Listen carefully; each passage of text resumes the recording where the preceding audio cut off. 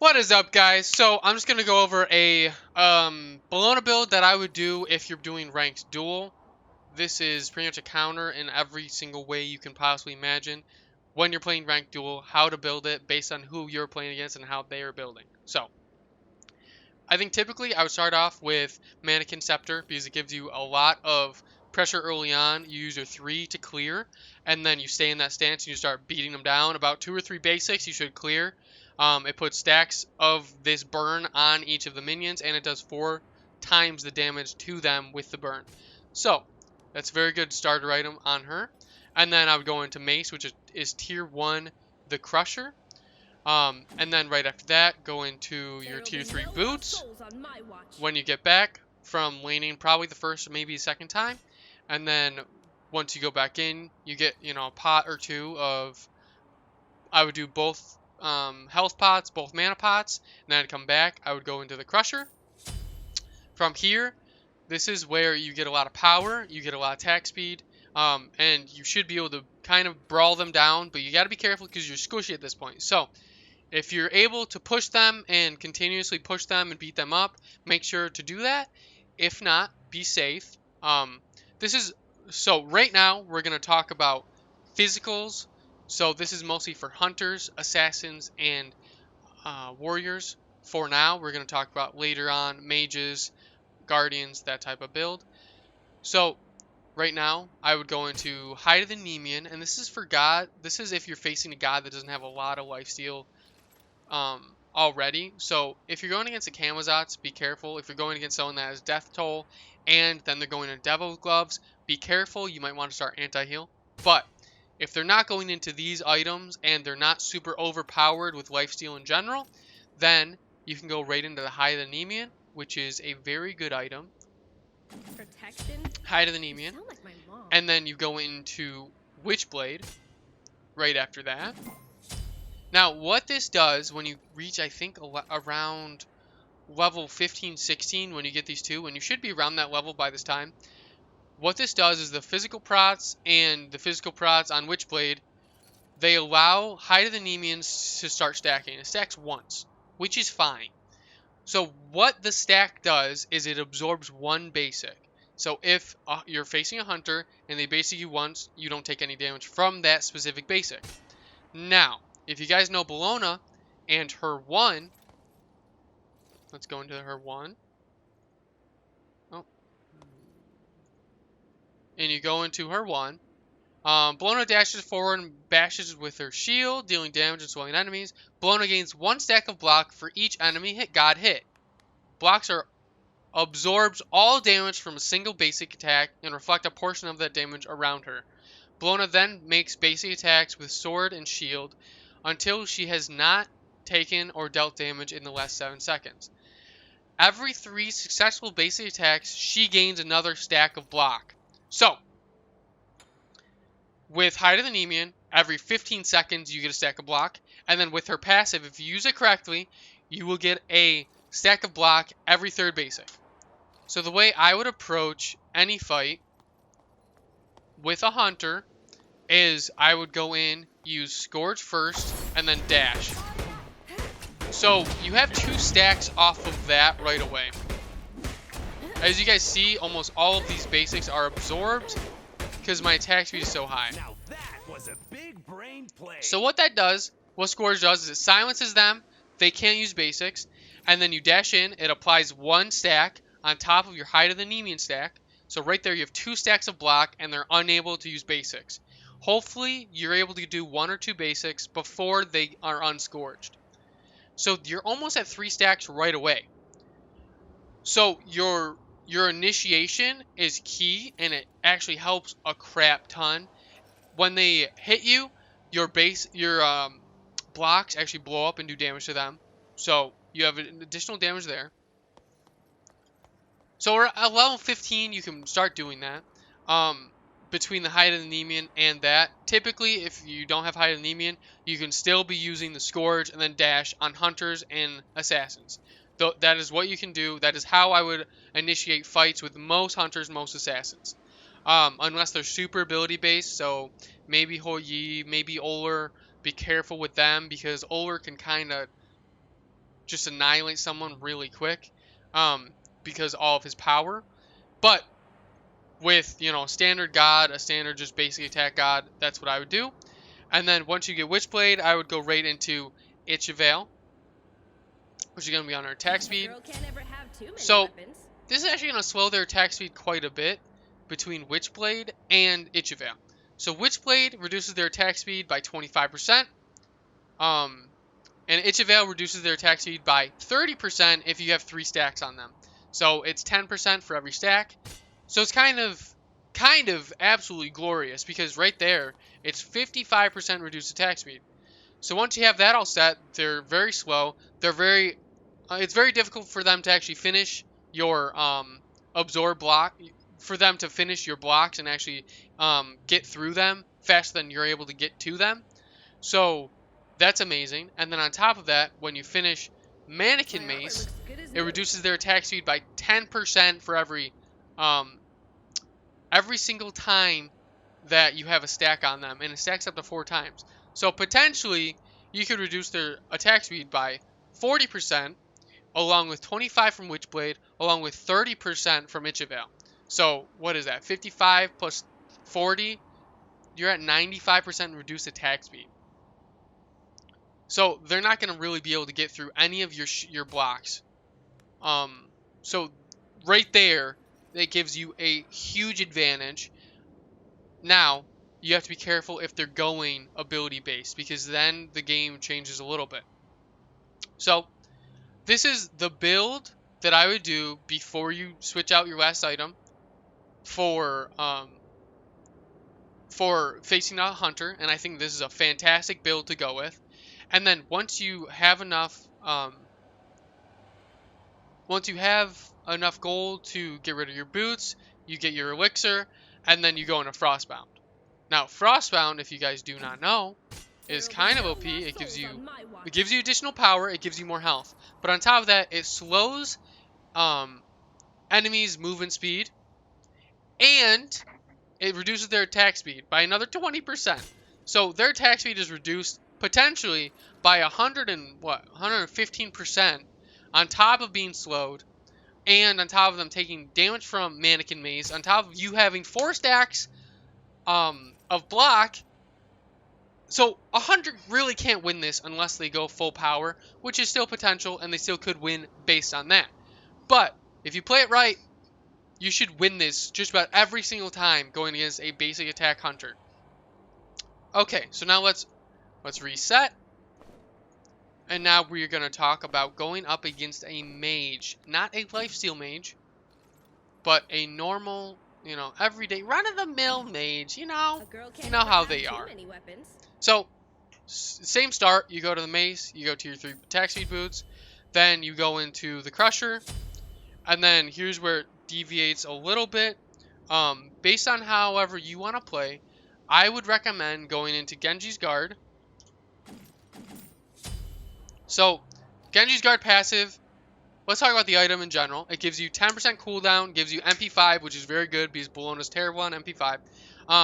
Then you get health, and you get 70 prots for magic prots, which is amazing.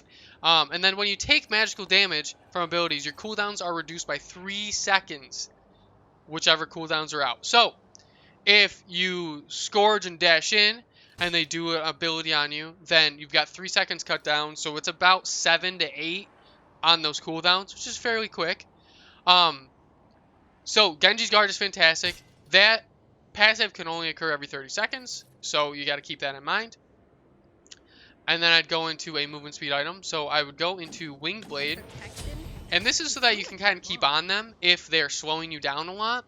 So if you're going against a Poseidon, if you're going against a potentially a Freya, you got to be careful because Freya's going to do attack speed, but potentially Freya, potentially anyone that just has a lot of slows, you get Winged Blade, and you can't be slowed. You actually get an increased movement speed buff for 4 seconds. This can only happen every 30 seconds. So with this build, you kind of want to fight every 30 seconds. You have your cooldown. So you go in, you beat them up, maybe you get out, let your cooldowns come back, and then you do it again. And you should be able to get some advantage off of that. Okay, and then the last item I would go is Ancile. on my Ancile's kind of an underrated item. I don't think that many people use it. And it also depends on the mage that you're fighting. If it's a super far range mage, then maybe Ancile's not the right one for you. But if it's someone that is you can get close to and they kind of can't get away from it very quickly, then you can go Ancile. It gives you 60 power, which is unbelievable, 30 magical protection, which is also awesome, and then 10% cooldown. So you got 20% cooldown between Genji's guard and this. And then whenever you take magical damage from an enemy ability, you unleash a shockwave that silences all enemies within a range of 30 units for 1 second. This can only happen every 30 seconds. So like I said, this build is very based on that 30-second window. So the way I would initiate this is actually different than if I was going up against a hunter. Let's show you how I would initiate in this type of scenario. I'm going to go switch over to Ra. So instead of using my Scourge, I don't need to start out on that. I can actually start out to get closer with this. I get one block off that, it's whatever. And then I start just going into lifesteal, which will help your sustain a little bit. I don't know why, I didn't mean to proc that again. So, you dash in, then you Scourge, and then you start basing the hell out of them. So, by the dash in, it gives you one block. It's not that big of a deal because it's a ability-based mage. But then it silences him. So, dash in, he uses ability, he's silenced. He can't do anything. I Scourge, and then I start getting lifesteal. That's the way I would engage with that. Obviously, this is a bot. It's not going to be that easy. But that's how I would do it. I would go in, Scourge. My cooldowns are messed up. Scourge, and then start just wrecking them. Okay, and then to finish him off, maybe, you know, you do the hammer. It does like 700 damage. And it does like 300 maybe. With this build, because it has not that much power, but not bad. Okay. And then once you get done, you get Manikin Mace, whatever. And then you sell your boots, and you, guess what item? Guess what item, guys? You get Frostbound. Because Frostbound is pretty much good against anyone. Unless they have an ability that it makes them immune to slows. For instance, Thanatos, his second, makes him immune to slows. There's also one other, but I can't think of them right now. But, so he just got silenced. So that's the way I would do it. Oh no, actually I wanted to read what my Scourge does. It disarms and cannot make basics. Alright, so all a disarm does is it makes it so that you can't do basic attacks with this one, it disarms you for about 2 seconds, which is kind of OP. It's not that good against mages, but that's how I would use it. I would more use it for the lifesteal against a mage rather than going in for the blocks. Because honestly, the blocks won't help you that often. It's a dog-eat-dog world out. Alright guys, so we're gonna do a lifesteal build. Obviously my tier 1, go right into a crusher, then you go into attack speed boots, finish the crusher, and then right after this, you wanna go, if you're facing a god like Anubis, god like Hades, something like that, you wanna go into Pestilence, because you're kinda just gonna get Rampage from mid, even early game on out. So if you wanted to, you could get Pestilence before Crusher, which wouldn't be the worst case scenario. And then you go into attack speed, which is going to be Toxic Blade. And then right after that, I would think Frostbound would be a good item. That one can change. The reason I like it is so that you can keep up on them. Now, the disadvantage is that you're not reducing their attack speed. So something like Winged Blade? Yeah, Winged Blade might be useful too because you're immune to slows. And you've got an additional movement speed, your crowd control reduction. So this would actually be probably better than Frostbound, I would say. And then from here, you get your Manikin Mace, upgrade that to 3. You sell your tier 3 boots once you get your pots. Or once you get your Elixir of Speed, I think it's called.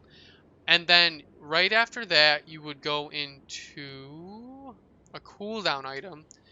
And this could be Genji's Guard, which gives you that 10% cooldown. On top of that, it reduces your abilities cooldown by 3 seconds when you take damage. That's probably where I would go. My armor looks good as new. So from this build, you've got 3,100 health, which is pretty decent. You also have 228 magic prots. You've got an additional, I think it's 50. Yeah, 50 healing, 50% reduction of healing on enemies, and then you get that wing blade, so you got additional movement speed, crowd control, health, and then you're immune to slows. You actually move a little bit faster. So this is probably something I would go into. And he's not going to heal very much at all. But, like I said, this is a hard build to come up with just because Lifesteal Gods are super overpowered. So I would combine this with a Cursed Ankh and probably a Thorns. So if you're fighting Anubis and, you know, you go up on him, you dash, you scourge, he stuns, he ults you, it's a risky business. But if you go up on him, if you dash on him, you scourge him, and then you use Cursed Ankh. Yeah, use Cursed Ankh. And then he stuns you, ults you. He's not going to heal. He's going to do a lot of damage to you, so that's not good. But it's not the end of the world. Or if you don't want to do this, you could sell Cursed Ankh, which I probably wouldn't in this scenario. Of course I can't sell it here. I got to move 5 feet over.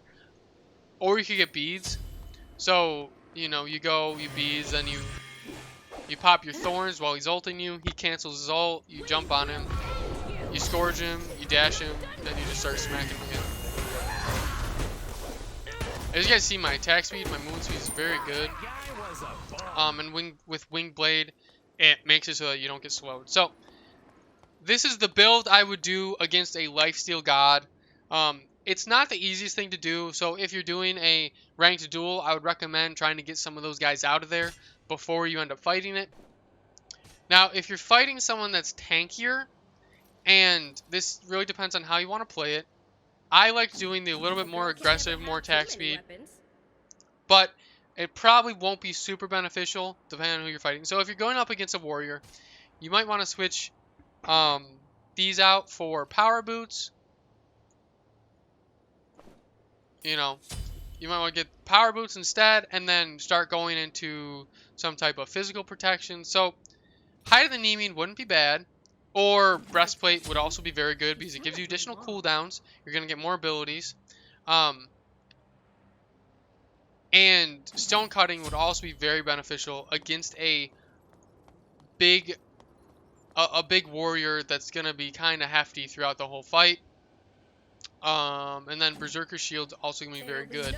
It's going to give you additional attack speed. It's going to give you some prots, power, and then physical pen. If you drop below a certain HPO, become Berserk for 5 seconds, which gives you extra 30 physical power and 20 attack speed. So this isn't awful. You're probably going to get you're probably going to get significantly bullied, actually, now that I'm looking at it. So probably get Frostbound instead. A girl can't ever have too many weapons. Now, if you have Frostbound, you got a decent amount of protections. You've got a lot of damage, and they're very slow.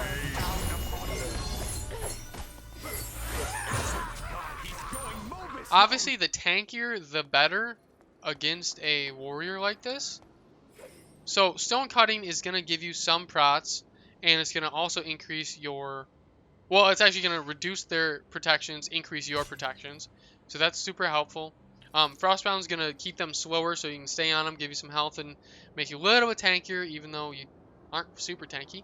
And then once you get rid of this item, you could go into Emperor's Armor. It gives a lot of protections, a lot of health. Makes you very tanky, 233 protections, almost 3k health, and then it helps you with taking objectives.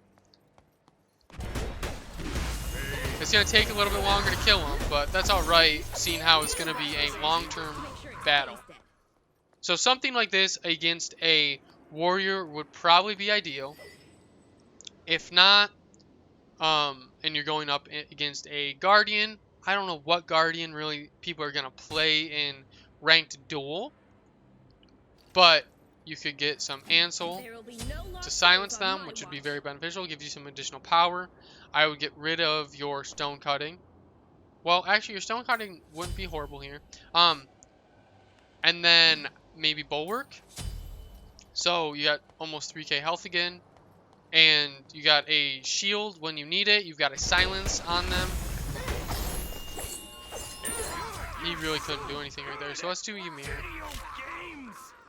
I gotta wait 20 seconds for my Ancile, and we'll see how this goes. Also, I would not do thorns on this fight. I would probably do something more like the horrific, because that's gonna slow him down and allow you to do a lot more damage.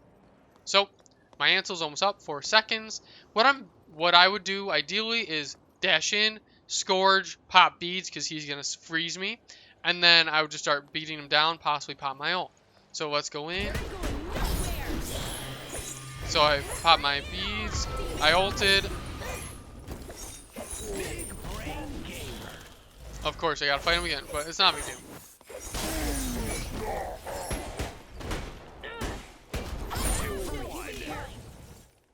Alright. So, and also make sure you know with Bellona, you can cancel basics, which is super freaking helpful all the time. So, you do basic, and then you... Let me show you. Come on, cool down, baby. So,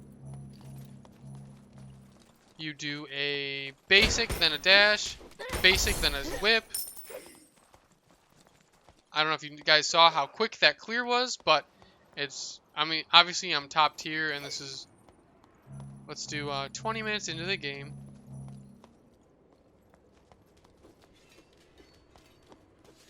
Let's do 30 minutes into the game. I changed my mind. Think you scare me?